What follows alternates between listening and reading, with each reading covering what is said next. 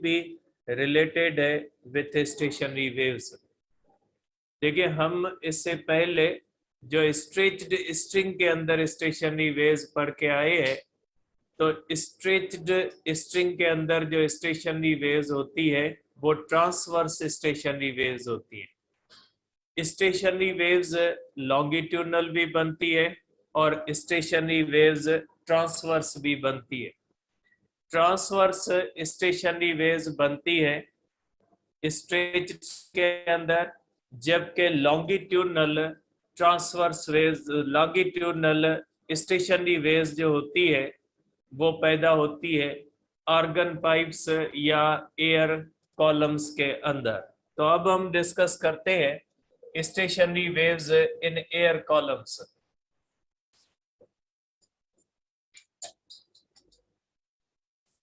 Stationery waves in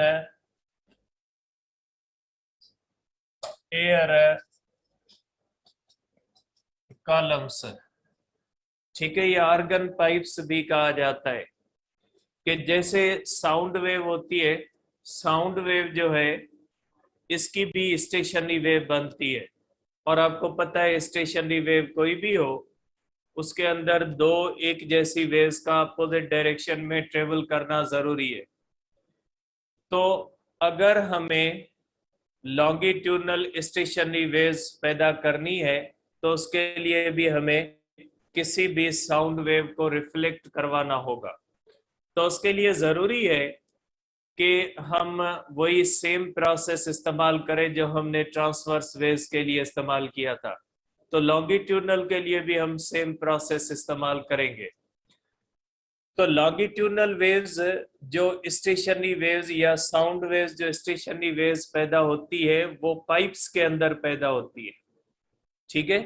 अब ये जो पाइप्स होते हैं इनको एयर कॉलम्स भी कहा जाता है, या म्यूजिकल इंस्ट्रूमेंट्स के अंदर जैसे होते हैं पाइप वगैरह लगे होते हैं उनको एयर कॉलम्स आप कह सकते हैं, या आर्गन पाइप्स भी इनको कहा जाता है। अब ये दो किस्में हैं इसकी बहुत ही इंपॉर्टेंट जो आपके बुक के अंदर दी गई है, पंजाब के अंदर या केपी के अंदर दो टाइप्स इसकी दी गई है, ठीक है। एक है हमारे पास क्लोज एंड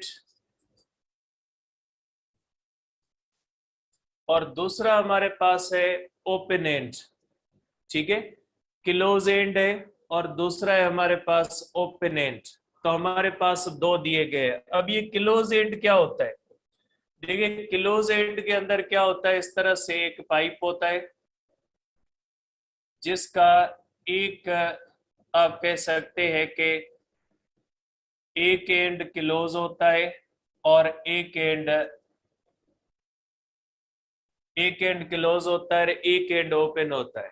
तो ऐसा पाइप जिसका एक एंड ओपन हो एक एंड क्लोज हो तो उसको close end at one side या simply close end air column भी आप कह सकते हैं। अब सपोज करें इसके अंदर इस तरह से एयर भरी हुई है इसके अंदर, ठीक है। इस तरह से आप ये समझे कि इसके अंदर एयर इस तरह से फिल्ड है और ये एयर कॉलम है। ये आपको सबको पता है कि जो चीज इस तरह से होती है हर चीज के अंदर एयर फिल्ड होती है। इस तरह से इसके अंदर एयर फिल्ड है। अब अगर इसके अंदर हम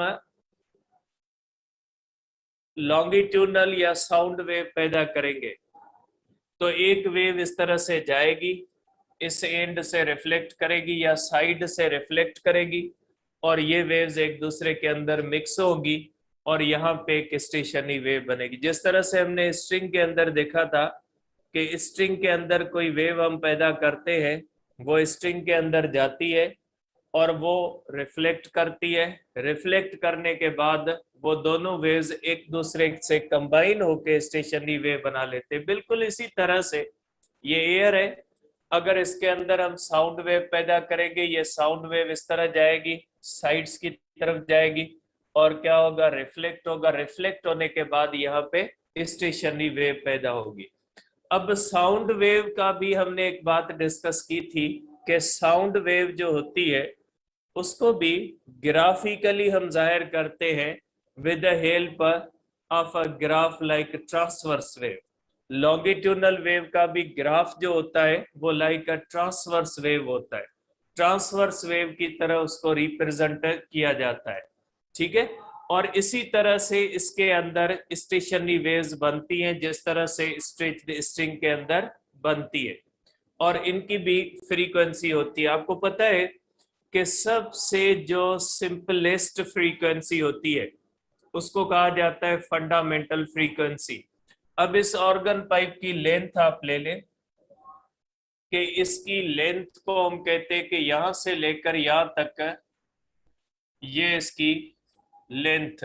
ठीक है, अब अगर हम इसके अंदर स्टेशनरी वेव बनाते हैं तो इसके अंदर जो फंडामेंटल फ्रीक्वेंसी बनेगी इसकी है हमारे पास फंडामेंटल फ्रीक्वेंसी। उसी तरह से फ्रीक्वेंसीज बनती है जिस तरह से स्ट्रेच्ड स्ट्रिंग के अंदर बनती है, और फंडामेंटल फ्रीक्वेंसी को हम कहते हैं कि ये हमारे पास बनती है फंडामेंटल फ्रीक्वेंसी F1। अब इसके अंदर जो ये वेव बनती है ना फंडामेंटल के अंदर, वो इस तरह से बनती है, इस तरह से जाती है और ये इस तरह से इसके अंदर बनती है। देखिए ये आप देख सकते हैं कि पूरी वेव ग्राफिकली लॉन्गिट्यूडनल वेव को भी ट्रांसवर्स वेव की तरह बना सकते हैं। पूरी वेव का ग्राफ इस तरह से बनेगा। अब अगर ये बना है, आप समझे ये क्रेस्ट का क्या बना है, क्रेस्ट का भी 1/4 बना है। आप ये कह सकते हैं कि ये 1/4 ऑफ क्रेस्ट है, ये यहाँ से रिफ्लेक्ट होगा, ये 1/4 ऑफ ट्रफ बनेगा। तो ये 1/4 ऑफ क्रेस्ट और 1/4 ऑफ ट्रफ मिलके एक स्टेशनरी वेव बनाते हैं। ठीक है, तो यहाँ पे जो फंडामेंटल, जैसे हमने स्ट्रिंग के अंदर देखा था ना कि स्ट्रिंग के अंदर फंडामेंटल फ्रीक्वेंसी में आधी वेव क्रेस्ट बनता है, जबकि इसके अंदर जो वेव बनती है ये 1/4 ऑफ द वेव बनती है। ये जो क्लोज एंड होता है इसकी फंडामेंटल फ्रीक्वेंसी के अंदर 1/4 ऑफ द वेव बनता है। जिस तरह से स्टेशनरी वेव स्ट्रेच्ड स्ट्रिंग के अंदर फंडामेंटल फ्रीक्वेंसी इन 1 लूप थी, ठीक है, तो ये आधा लूप है, हाफ लूप आप कह ले इसको। ठीक है, आधा हो जाता है, लूप का आधा हो जाता है। लूप के अंदर क्या होता है, एक लूप के अंदर एक क्रेस्ट होता है या एक ट्रफ होता है, लेकिन यहाँ पे क्या है 1/4 ऑफ क्रेस्ट है या 1/4 ऑफ ट्रफ है। अब इसके अंदर जो वेवलेंथ λ1 होगी ये 4 टाइम्स ऑफ एल होगी इस तरह से। ठीक है, ये 4 टाइम्स ऑफ एल बन जाएगी क्योंकि ये 1/4 ऑफ वेव है, पूरी लेंथ के अंदर 1/4 है। आप कह सकते हैं कि यहाँ पे लेंथ के अंदर, यहाँ पे लेंथ के अंदर 1/4 ऑफ लेमडा है, क्योंकि देखिए पूरी पाइप की लेंथ के अंदर 1/4 ऑफ लेमडा है, तो यहां से आ सकता है कि लेमडा इज इक्वल टू क्या हो जाएगा 4L। और आपको पता है फ्रीक्वेंसी F1 होती है V upon λ1 is equal to V upon 4L। तो आप इसकी फंडामेंटल फ्रीक्वेंसी के बारे में कहेंगे कि इसकी फंडामेंटल फ्रीक्वेंसी जो होगी ये हो जाएगी इस तरह से V अपॉन 4L। ठीक है, अब अगर इसकी नेक्स्ट फ्रीक्वेंसीज देखते हैं, ठीक है, इसकी नेक्स्ट फ्रीक्वेंसीज जो होती है ना वो इंटीग्रल मल्टीपल नहीं होती, कि जैसे हमने पढ़ा है कि स्ट्रेच्ड स्ट्रिंग के अंदर के फर्स्ट फ्रीक्वेंसी जो होती है उससे सेकंड फ्रीक्वेंसी डबल होती है, उससे थर्ड फ्रीक्वेंसी ट्रिपल होती है, उससे फोर्थ फ्रीक्वेंसी 4 टाइम्स होती है, उससे फिफ्थ फ्रीक्वेंसी 5 टाइम्स होती है, उससे सिक्स्थ फ्रीक्वेंसी 6 टाइम्स होती है। ऐसे नहीं होता यहाँ पे फंडामेंटल फ्रीक्वेंसी, ठीक है, V अपॉन 4L है, और इसकी सेकंड फ्रीक्वेंसी, इसकी जो सेकंड फ्रीक्वेंसी हो जाएगी वो इस तरह से हो जाएगी। सेकंड फ्रीक्वेंसी जो होगी ये हो जाएगी 3 टाइम्स F1। ठीक है, फर्स्ट फ्रीक्वेंसी से क्या हो जाएगा 3 टाइम्स। ठीक है, इस तरह से हो जाएगा, तो F2 हो जाएगा is equal to 3V upon 4L। तो F2 हो जाएगा 3/4 V 3V/4L हो जाएगा। सेकंड फ्रीक्वेंसी इसकी ये हो जाएगी, इसकी ये आ गई आपके पास सेकंड फ्रीक्वेंसी। अब अगर थर्ड फ्रीक्वेंसी करेंगे is equal to 5 times F1 हो जाएगी 13579 इस तरह से। F3 हो जाएगी इज इक्वल टू 5V/4L इस तरह से हो जाएगा। ठीक है, तो ये हमारे पास आ जाएगी थर्ड फ्रीक्वेंसी। इसी तरह से अगर आप nth फ्रीक्वेंसी करोगे Fn is equal to n times F1 होगा, और n जो होगा यहाँ पे 13779 इस तरह से आप इसको कर सकते हैं। तो ये आ गया आपके पास जनरल फार्मूला, और ये एयर कॉलम्स का पहला फार्मूला है जिसके अंदर हमें ये पता लगता है कि जो एयर कॉलम्स होते हैं या ये जो आर्गन पाइप्स होते हैं उनके अंदर जब आप क्लोज अगर पाइप आप इस्तेमाल करोगे तो उसके अंदर जो वेव्स पैदा होती है वो इस स्टेशनरी, ये लॉन्गिट्यूडनल स्टेशनरी वेव्स आप कह सकते हैं। इसके अंदर आप कह सकते हैं कि longitudinal stationary waves are produced. ठीक है, longitudinal stationary waves are produced in air columns.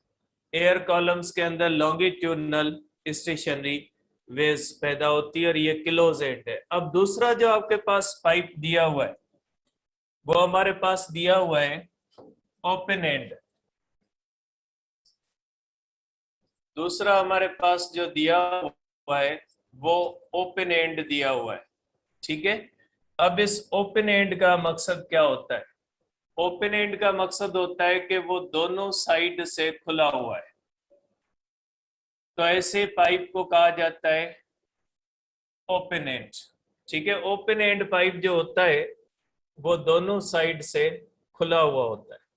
ठीक है, अब इसके अंदर भी इस तरह से एयर भरी होती है इस तरह से, और इसके अंदर भी उसी तरह स्टेशनरी वेव्स पैदा होती है जब लॉन्गिट्यूडनल वेव्स पैदा की जाती है इसके अंदर, लेकिन थोड़ा फ्रीक्वेंसीज का फर्क होता है। ठीक है, तो इस तरह से फ्रीक्वेंसीज का फर्क होता है इसके अंदर। अब इसके अंदर जब वेव पैदा की जाती है तो ये इस तरह से वेव पैदा होती है, इस तरह से ये वेव इस तरह से पैदा होती है। इस तरह से स्टेशनरी साउंड वेव पैदा होती है। इसके अंदर पूरी इस तरह से स्ट्रिंग की तरह ये पूरा देखिए, ये 1/4 ऑफ क्रेस्ट है और ये 1/4 ऑफ ट्रफ है, मींस एक पल्स है। इसके अंदर भी ये 1/4 ऑफ ट्रफ है और ये 1/4 ऑफ क्रेस्ट है। इस तरह से स्टेशनरी वेव बनती है। ठीक है, फंडामेंटल फ्रीक्वेंसी इस तरह से बनती है, ये इसकी फंडामेंटल फ्रीक्वेंसी है और ये इसकी पूरी लेंथ है। अगर हम इस तरह से लेंथ करते हैं तो पूरी लेंथ के अंदर λ/2 बनी है। उसी तरह से जिस तरह से स्ट्रेच्ड स्ट्रिंग के अंदर बनती है, स्ट्रेच्ड स्ट्रिंग के अंदर भी आधी वेव बनती है और इसके अंदर भी फंडामेंटल फ्रीक्वेंसी के अंदर आधी वेव बनती है। इसका पैटर्न बिल्कुल उसी तरह से है जिस तरह से स्टेशनरी जो है वो स्ट्रेच्ड स्ट्रिंग का होता है। जिस तरह से स्ट्रेच्ड स्ट्रिंग के अंदर इस तरह से फंडामेंटल फ्रीक्वेंसी के अंदर अकेला क्रेस्ट या अकेला ट्रफ बनता है, तो इसके अंदर भी आप कह सकते हैं कि जब इसकी फंडामेंटल फ्रीक्वेंसी होती है तो इसके अंदर भी अकेला क्रेस्ट या अकेला ट्रफ बनता है। ठीक है, अब इसकी अगर फंडामेंटल फ्रीक्वेंसी देखें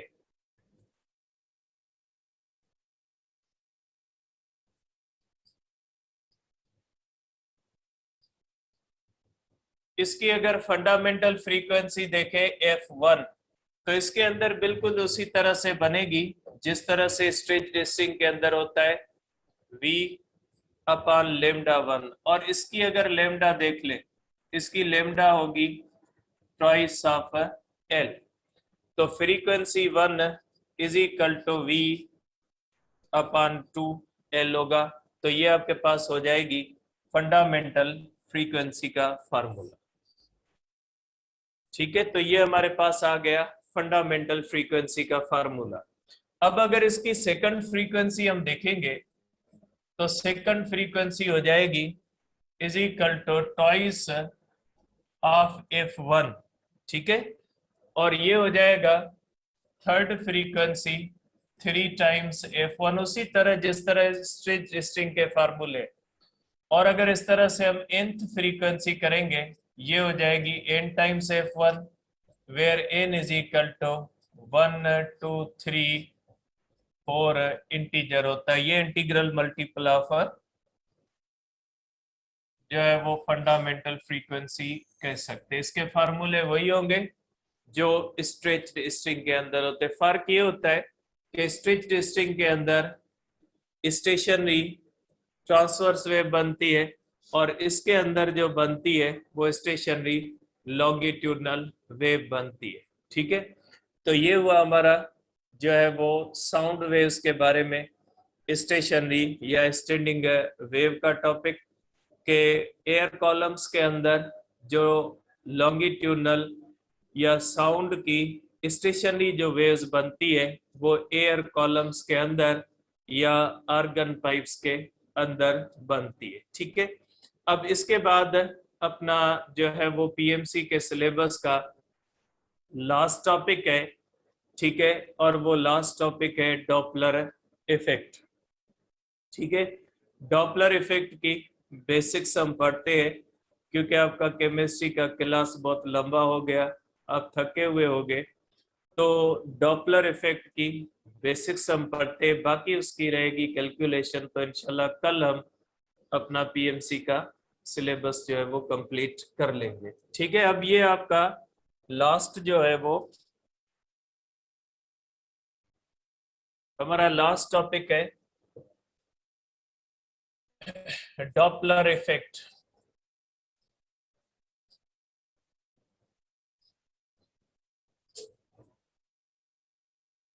अब देखिए डॉपलर इफेक्ट का मतलब या मकसद क्या होता है, इसको समझे। देखिए डॉपलर इफेक्ट को पढ़ने से पहले आपको 2-3 चीजें ज़हन में होनी चाहिए साउंड के बारे में।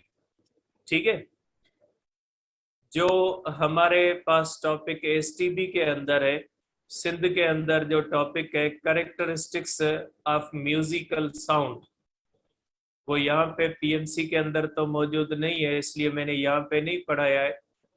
उस कैरेक्टरिस्टिक्स ऑफ म्यूजिकल साउंड के अंदर 2-3 चीजें बहुत ही इंपॉर्टेंट दी गई है, जिनको मैं ब्रीफली यहाँ पे लिख लेता हूँ ताकि अगर इससे रिलेटेड कोई चीज आ जाए तो आपके माइंड में वो चीज हो। ठीक है, मैं सिंपली उनको रिलेटेड चीजों को यहाँ पे लिख लेता हूँ, उसके बाद डॉपलर इफेक्ट लिखता हूँ, क्योंकि डॉपलर इफेक्ट के अंदर उसकी एक चीज यूज होती है बेटा।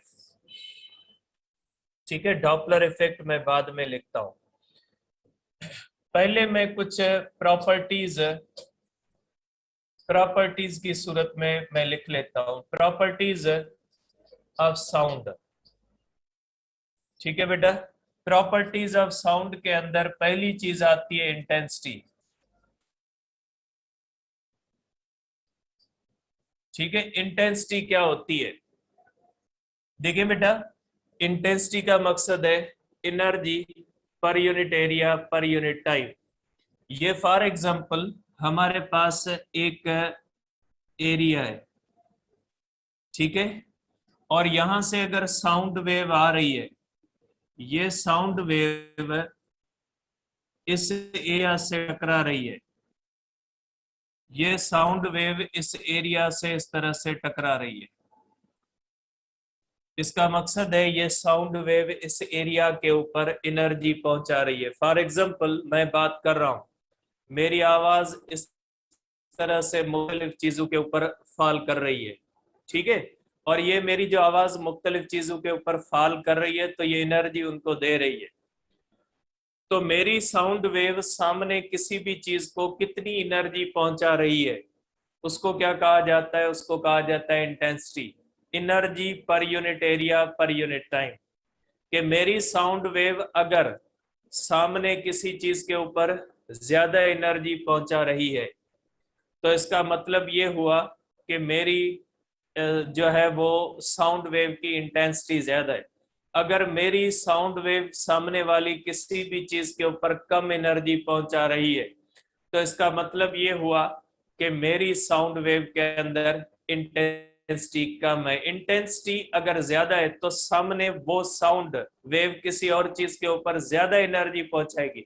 अगर इंटेंसिटी कम है तो सामने वाली चीज के ऊपर साउंड वेव कम एनर्जी पहुंचाएगी। तो इसको कहा जाता है इंटेंसिटी, जिसका फार्मूला होता है एनर्जी पर यूनिट एरिया पर unit time. Energy upon time power के बराबर होता है, पावर पर यूनिट एरिया ये इंटेंसिटी होता है, और इसका यूनिट जो होता है वो होता है वाट पर मीटर स्क्वायर। ठीक है, तो इसको कहा जाता है इंटेंसिटी। अब इंटेंसिटी डिपेंड किस पे करती है, मैं सिंपली इसको लिख रहा हूं, इंटेंसिटी डिपेंड्स अपॉन, ठीक है। इंटेंसिटी किस पे डिपेंड करती है बेटा, इंटेंसिटी डिपेंड करती है एम्पलीट्यूड, एम्पलीट्यूड ऑफ वेव पे डिपेंड करती है बेटा, ठीक है, और area of sound producing body, area of sound producing body. जितनी एरिया बड़ी होगी, ये यहाँ पे कंफ्यूजन होती है, स्टूडेंट समझता है इस एरिया से इंटेंसिटी इनवर्स होती है, तो ये रिसीविंग एरिया है, ये वो एरिया है जो इंटेंसिटी रिसीव कर रही है। यहाँ पे मैंने वो एरिया लिखी है जो साउंड प्रोड्यूस कर रही है, ये एरिया साउंड प्रोड्यूसिंग बॉडी की है। इंटेंसिटी साउंड प्रोड्यूसिंग बॉडी की एरिया पे डिपेंड करती है। अगर साउंड प्रोड्यूसिंग बॉडी की एरिया ज्यादा है तो इंटेंसिटी ज्यादा है। जैसे डोल होता है, छोटा डोल होता है एरिया कम होती है इंटेंसिटी कम, बड़ा डोल होगा एरिया ज्यादा होगी इंटेंसिटी ज्यादा। यहाँ पे मैंने एरिया जो लिखी है वो साउंड प्रोड्यूसिंग बॉडी की लिखी है, तो डायरेक्ट रिलेशन है, इंटेंसिटी ज्यादा होगी अगर एरिया ज्यादा होगी, और एम्पलीट्यूड ज्यादा होगा तो इंटेंसिटी ज्यादा होगी, ठीक है। Intensity also depends upon distance, distance पे डिपेंड करती है, distance between sound producing body and sound receiving body, इनके दरमियान जो डिस्टेंस होता है उस पे डिपेंड करती है। डिस्टेंस बढ़ेगा इंटेंसिटी कम होगी, जैसे मेरी आवाज है ना दूर तक जाएगी उसकी इंटेंसिटी क्या हो जाएगी, कम हो जाएगी, ठीक है। ये रिलेटेड है, ये डायरेक्ट आपके सिलेबस के अंदर नहीं है, ये रिलेटेड टॉपिक है, और ये इंटेंसिटी वगैरह इतनी क्लोज होती है वेव्स के बारे, वेव्स के साथ के इनका नॉलेज होना जरूरी है। अब ये does not depends upon, does not depends upon auditory sensations.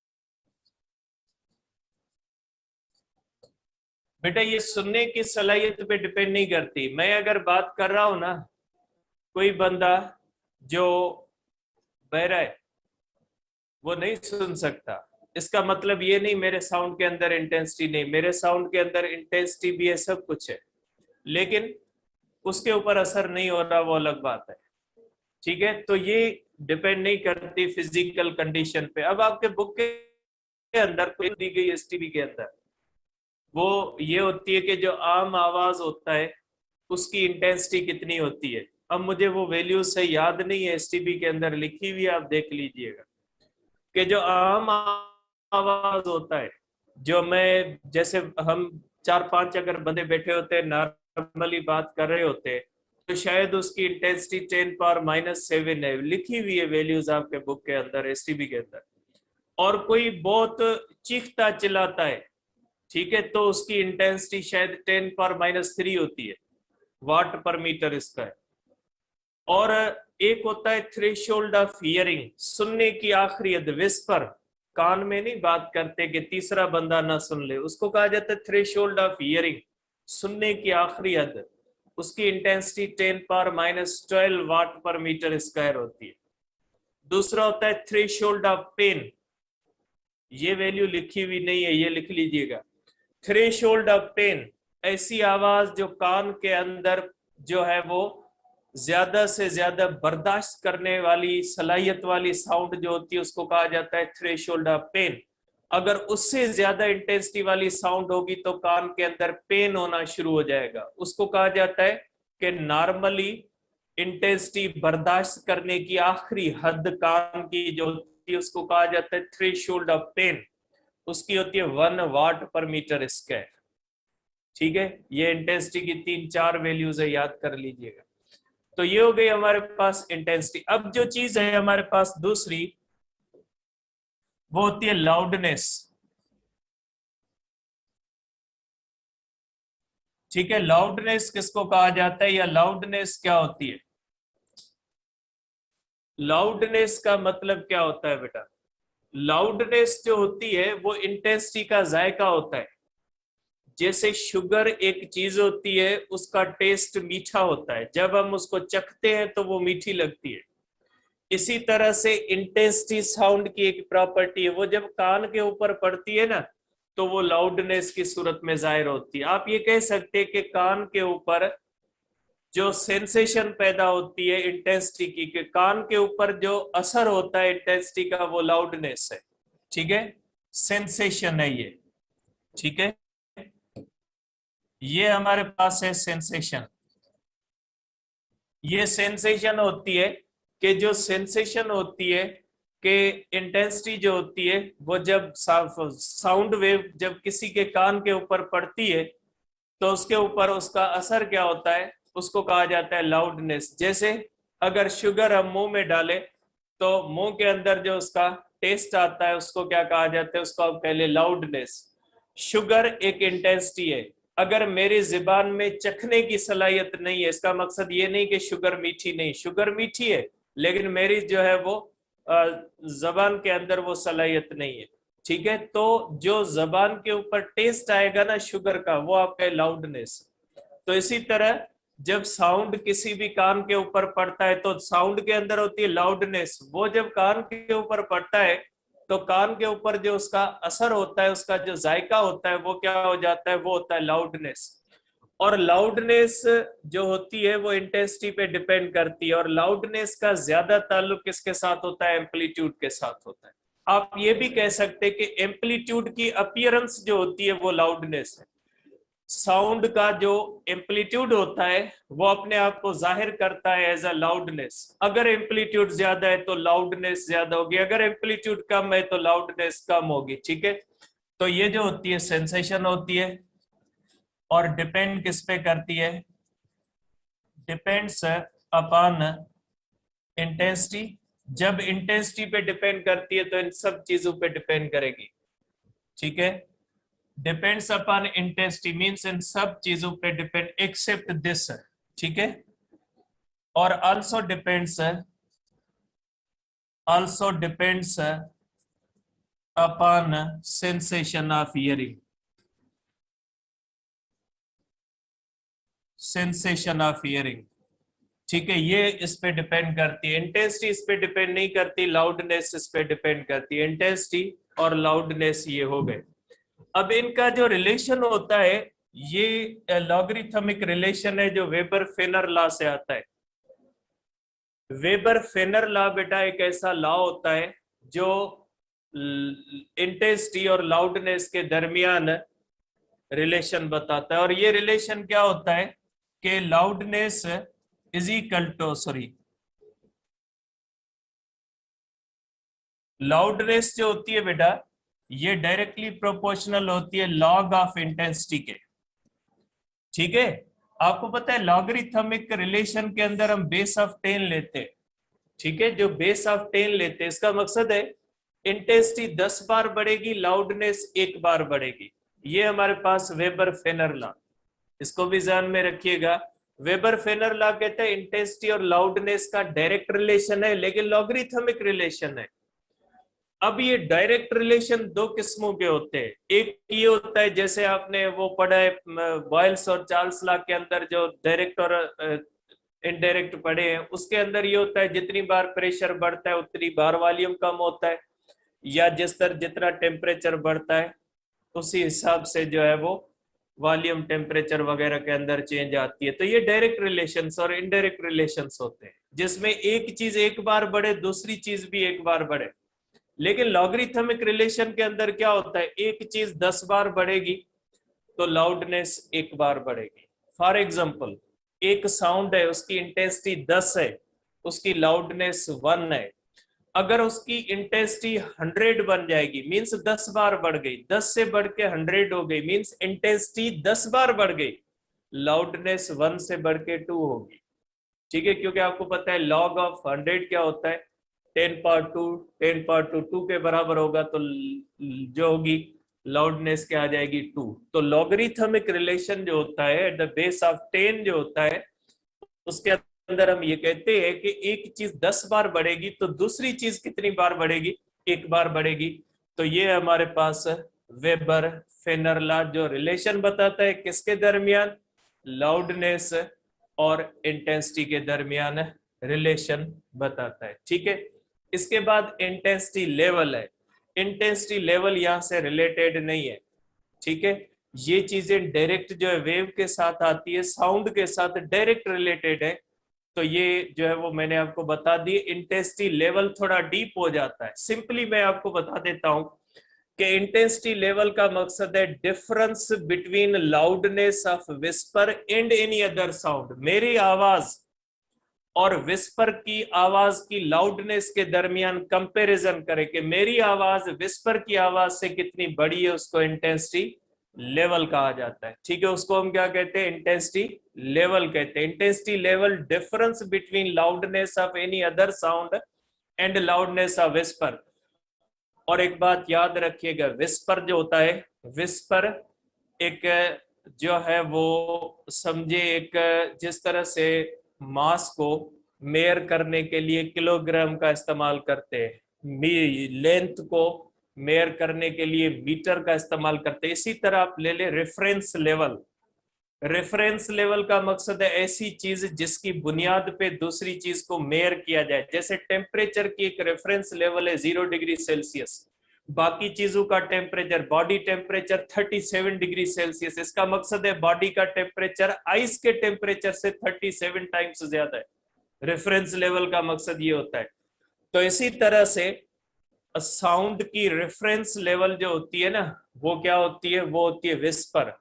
अगर किसी भी और साउंड की लाउडनेस देखनी है तो विस्पर के मुकाबले में देखनी है, इंटेंसिटी देखनी है तो विस्पर के मुकाबले में देखनी है। साउंड की जो चीज भी हमने मेयर कर दी है, कंपेयर करनी है with reference of the whisper करनी है। तो विस्पर के बारे में याद रखिएगा कि विस्पर जो होता है ये रेफरेंस लेवल है साउंड के लिए। तो अगर मेरे साउंड की लाउडनेस है, अगर मेरे साउंड की लाउडनेस एल है और विस्पर की लाउडनेस जो होती है वो एल नॉट होती है, ठीक है। मैं इसको आगे थोड़ा सा लिख लेता हूं। इंटेंसिटी लेवल, तो ये होती है बेटा इंटेंसिटी लेवल, ठीक है। इंटेंसिटी लेवल होती है बेटा। इंटेंसिटी लेवल डिफरेंस, देखें नेम इंटेंसिटी लेवल है बट डिफरेंस बिटवीन इंटेंसिटीज नहीं है, याद रखिएगा ध्यान से। इंटेंसिटीज के दरमियान डिफरेंस नहीं है, लाउडनेस के दरमियान डिफरेंस है। विस्पर की लाउडनेस होती है बेटा, विस्पर की लाउडनेस एल नॉट होती है is equal to K log I naught, where I naught होती है 10 पावर -12 वाट पर मीटर स्क्वायर। और अगर मेरा साउंड है, मेरे साउंड की लाउडनेस है K log I, where I means intensity of any other sound जिसको आप मेयर कर रहे हो, उसकी इंटेंसिटी को आई कहा जाता है। दोनों के दरमियान जो डिफरेंस होता है, जाहिर है दूसरे साउंड का विस्पर से ज्यादा होगा, के लॉग आई माइनस के लॉग आई नॉट। आपको पता है माइनस के अंदर आते हैं, तो इस तरह से आप इसको करोगे के log I upon I not. Minus का रूल है कि आप डिवाइड करोगे, और अगर पी है, ये बहुत ही इंपॉर्टेंट चीज है, अगर एक्सप्रेस करते हो पी के अंदर तो के की वैल्यू 1 होगी और यूनिट हो जाएगा इसका bel, after the name of Graham Bell. आप इसको इस तरह भी जाहिर करते बी से। ये बहुत बड़ी कंफ्यूजन है सिंध के अंदर कि बच्चे ऊपर देखते हैं निशानी पी है, नीचे बी है, तो पी जब होती है के की वैल्यू 1 देते हैं, यूनिट बेल रखते हैं। ये हो जाता है K log I upon I not. और यहाँ पे अगर बी इस्तेमाल करते हो, अगर बी इस्तेमाल करते हो तो के की वैल्यू 10 रखनी है, और इसका यूनिट आफ्टर डेसीबेल में आपको लिखना है। आंसर डेसीबेल में लिखना है, इसका आंसर डेसीबेल के अंदर लिखना है, और इसका आंसर किस में लिखना है, बेल के अंदर लिखना है। पी निशानी होती है तब दी जाती है जब फाइनल आंसर बेल के अंदर होगा, बी निशानी है, फाइनल आंसर आप डेसीबेल के अंदर लिखोगे। एक एग्जांपल भी मैं कर देता हूं, ठीक है, एक एग्जांपल भी कर देता हूं कि if intensity of sound is 10⁻³ watt per meter square, what is intensity level? Intensity level बताए, दोनों में मैं आंसर निकाल लेता हूं। P इज इक्वल टू के की वैल्यू 1, जब P रखोगे के की value 1, log I, I means 10⁻³ I naught means 10⁻⁻12, P is equal to log 10⁻- plus में जाएगा +12, तो ये हो जाएगा लॉग, ठीक है, हमारे पास I अपन I नॉट हो जाएगा 10 पावर हो जाएगा 9 is equal to P is equal to 9 bel. ये आ गई आपकी आंसर, मैंने देखे बेल में लिख दिया। ये इस तरह से लिखना है बेटा आपको, आंसर मैंने बेल में एक्सप्रेस कर दिया। अब अगर मैं इस तरह से करूं, बीटा लिखूंगा तो 10 लॉग आई 10⁻³ 10⁻12 होगा बेटा, ठीक है, 10⁻12 होगा इज इक्वल टू 10, इसका आंसर क्या हो जाएगा 9, ये हो जाएगा beta is equal to 90 decibel. जब आप बी लिखते हो तो आंसर के अंदर आपने क्या लिखना है, डेसीबेल के अंदर लिखना है। ये हमारे पास इंटेंसिटी लेवल, ठीक है। इंटेंसिटी लेवल जो होती है वो डिफरेंस होता है between loudness of any sound and loudness of whisper के दरमियान जो डिफरेंस होता है वो intensity level. Intensity level is not difference between intensities, intensity level is difference between loudnesses, ठीक है, इसका यूनिट होता है ये। इसके बाद एक और रिलेशन दिया हुआ है आपके बुक के अंदर, relation between intensity level and loudness. एक लाउडनेस के दरमियान और इंटेंसिटी के दरमियान रिलेशन हमने पढ़ा है जो वेबर फेनर लॉ के अंदर आता है। एक और रिलेशन है जो between loudness and intensity level होता है जिसको पावर लॉ कहा जाता है। उसके ऊपर कैलकुलेशन नहीं आएगी, कैलकुलेटर बेस्ड है, उसको छोड़ दे। यहाँ पे एंट्री टेस्ट के अंदर ये चीजें रिलेटेड याद रखनी है। एक और चीज भी है बेटा जो डॉपलर इफेक्ट से रिलेटेड है, ये होती है पिच। ये पिच क्या होती है बेटा, ठीक है।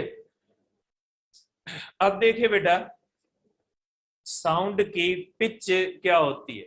जिस तरह से मैंने एक आपको बहुत ही इंपॉर्टेंट बात यहाँ पे बताई है प्रॉपर्टीज के अंदर कि एम्पलीट्यूड ऑफ द साउंड अपने आप को जाहिर करता है एज अ लाउडनेस। साउंड का एम्पलीट्यूड कम है या ज्यादा है उसका आपको पता लगता है लाउडनेस से। अगर साउंड की लाउडनेस ज्यादा है आप कहोगे एम्पलीट्यूड उसका ज्यादा, लाउडनेस कम है एम्पलीट्यूड कम है, सिंपल सी बात। और जैसे साउंड दूर तक जाता है, डिस्टेंस के साथ जाता है, लाउडनेस कम होती है। क्यों कम होती है? क्योंकि इंटेंसिटी कम होती है और लाउडनेस का ताल्लुक इंटेंसिटी के साथ होता है। इंटेंसिटी का ताल्लुक डिस्टेंस के साथ होता है, इंटेंसिटी डिस्टेंस के साथ कम होती है, इसलिए आवाज दो तक जाता है तो लाउडनेस उसकी कम हो जाती है। ठीक है, अब ये पिच क्या होती है? जिस तरह से एम्पलीट्यूड अपने आप को जाहिर करता है एज अ लाउडनेस, इसी तरह से फ्रीक्वेंसी अपने आप को जाहिर करती है as a pitch. Pitch frequency का टेस्ट है। अब आपको कैसे पता लगेगा कि साउंड की फ्रीक्वेंसी कम है या साउंड की फ्रीक्वेंसी ज्यादा है? उसका पता हमें लगता है पिच से। पिच का मकसद है साउंड की शिरलनेस या ग्रेवनेस। अगर साउंड की फ्रीक्वेंसी कम है तो साउंड ग्रेव होगा, भारी आवाज होगा, जैसे मेल साउंड ग्रेव होता है, इसलिए कि उसकी फ्रीक्वेंसी कम है, उसकी पिच कम है। Frequent pitch is directly related with the frequency. जैसे inertia is directly related mass, inertia is the property of the mass, इसी तरह से pitch is the property of frequency. Frequency ज्यादा है, पिच ज्यादा, साउंड श्रिल। साउंड की shrillness या sound की ग्रेवनेस जो होती है वो कहां से आती है? वो आती है पिच से। और पिच किससे रिलेटेड है? पिच रिलेटेड है फ्रीक्वेंसी से। ज्यादा फ्रीक्वेंसी ज्यादा पिच, ज्यादा श्रिल साउंड, कम फ्रीक्वेंसी कम पिच और ग्रेव साउंड। आप कह सकते हैं कि फ्रीक्वेंसी अपने आप को जाहिर करती है एज अ श्रिलनेस या ग्रेवनेस। फ्रीक्वेंसी का जायका होता है, जो टेस्ट होता है वो होता है श्रिलनेस या ग्रेवनेस। तो ये जो साउंड का श्रिल या ग्रेव होना है, that is directly related with the frequency. और फ्रीक्वेंसी की ये जो प्रॉपर्टी होती है उसको पिच कहा जाता है। जैसे आवाज का बड़ा होना कम होना, इस प्रॉपर्टी को लाउडनेस कहा जाता है, और वो लाउडनेस किससे रिलेटेड है? एम्पलीट्यूड के साथ। इसी तरह से साउंड का श्रिल होना, ग्रेव होना, उसको क्या कहा जाता है? पिच। और पिच का ताल्लुक के साथ होता है, फ्रीक्वेंसी के साथ होता है। ठीक है, तो आप कहोगे कि ये अब ये चीज रिलेटेड है विथ, ये जो है वो डॉपलर इफेक्ट के साथ रिलेटेड है। ये चीज आपको बतानी थी यहाँ पे कि pitch produces a sensation of shrill or grave sound। ठीक है, और pitch is related with frequency। higher frequency higher pitch, lower frequency lower pitch। आप कह सकते हैं sensation of frequency is called pitch, कह सकते हैं आप, पिच कहलाती है। ठीक है, और देखें साउंड का श्रिल होना या ग्रेव होना फ्रीक्वेंसी पे डिपेंड करता है। ये बात याद रखिएगा, ये आगे डॉपलर इफेक्ट की बुनियाद है। और आपको पता है फ्रीक्वेंसी चेंज नहीं होती मीडियम्स वगैरह के अंदर। फ्रीक्वेंसी न टेम्परेचर से चेंज होती है न रिफ्लेक्शन से चेंज होती है। तो ये याद रखिएगा, आगे काम आएगा। आखिरी बात आज की, आगे कल अब डिस्कस करेंगे क्वालिटी। क्वालिटी क्या होती है? ये भी इसी तरह की प्रॉपर्टी है, वही सेम लेटर्स वही सेम वर्ड्स। ठीक है, मैं अगर उर्दू बोलता हूं तो उर्दू के अल्फाबेट के अंदर जितने भी लेटर्स हैं उन्हीं से मैं वर्ड्स बोलता हूं। इंग्लिश मुझे नहीं आती, लेकिन अगर मैं बोलूं इंग्लिश, ठीक है, नहीं आती मुझे, मैं सपोज कर रहा हूं, मैथमेटिक्स की तरह सपोज करें कि मैं इंग्लिश बोलता हूँ, मुझे नहीं आती। ऐसा नहीं कि आप समझे मुझे इंग्लिश आती है, नहीं आती, आपको भी पता है, आप देख रहे हैं मेरे हालात। तो देखिए, जो इंग्लिश की अल्फाबेट है उसके अंदर 26 जो लेटर्स होते हैं, दुनिया का कोई भी बंदा जब अंग्रेजी बोलेगा तो वही 26 लेटर्स बोलेगा, 27th लेटर नहीं बोलेगा, है ही नहीं, कहां से बोलेगा। लेकिन हर एक वही लफ्ज जो है वो बोलता है, वही वर्ड्स बोलता है, वही लेटर्स बोलता है, लेकिन हर एक के बोलने से फर्क उनके अंदर होता है। दीवार की दूसरी साइड पे अगर दो तीन बंदे बातें कर रहे तो आवाज से पता लग जाता है कि ये फिला फिला बंदे हैं, अगर हम उनको जानते हैं। टेलीफोन के ऊपर, कॉल के ऊपर हेलो से हमें पता लगता है सामने बंदा कौन सा है। ठीक है, आप ज्यादा जानते हो इसको, तो हमें हलो से पता लग जाता है कि सामने वाला बंदा कौन सा है। अब वही सिंगर है, देखिए जलाल चांडियो को देख ले, ठीक है, जलाल चांडियो अगर आप सुनोगे वही सॉन्ग कोई और सुनाएगा। जैसे आजकल के जो आप क्या कहते हैं उसको, पॉप रॉक सिंगर होते हैं, आप उनकी देखिए वही सेम सॉन्ग होता है, दो डिफरेंट अगर सिंगर्स भी उसको गाएंगे ना तो आपको डिफरेंट महसूस होगा। चले एक ही सिंगर का जो सॉन्ग होगा, अगर आप किसी अच्छे टेप रिकॉर्डर पे चलाओगे तो उसकी आवाज आपको अलग महसूस होगी। उसी सेम सिंगर का अगर हल्की क्वालिटी के ऊपर चलाओगे टेप रिकॉर्डर के ऊपर, उसकी आवाज अलग होगी। फॉर एग्जाम्पल, ये हमारा जो आम लाउड स्पीकर होता है, जैसे कॉमनली हमारे पास मस्जिदों के अंदर अजान के लिए इस्तेमाल होता है, और एक होता है हमारे पास इको साउंड। आप अगर वही जो आम जो हमारे पास लाउड स्पीकर होते हैं उसके ऊपर बोलोगे तो आपकी आवाज अलग महसूस होगी, वही इको साउंड पे ले जाओगे तो आपकी आवाज अलग हो जाएगी। ऐसा क्यों होता है? ये होता है वेव फॉर्म्स की वजह से।